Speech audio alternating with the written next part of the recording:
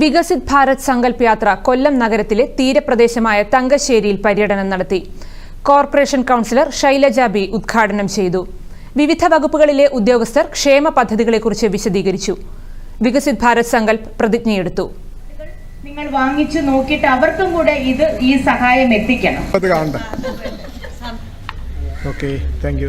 5.5 ലക്ഷം രൂപ, അതായത് 1,60,060 വർഷം കഴിഞ്ഞു കഴിഞ്ഞാൽ 5.5 ശതമാനത്തോടുകൂടി അത് ക്ലോസ് ആവാം. തുടച്ചു നീക്കാൻ ഞാൻ ശ്രമിക്കും.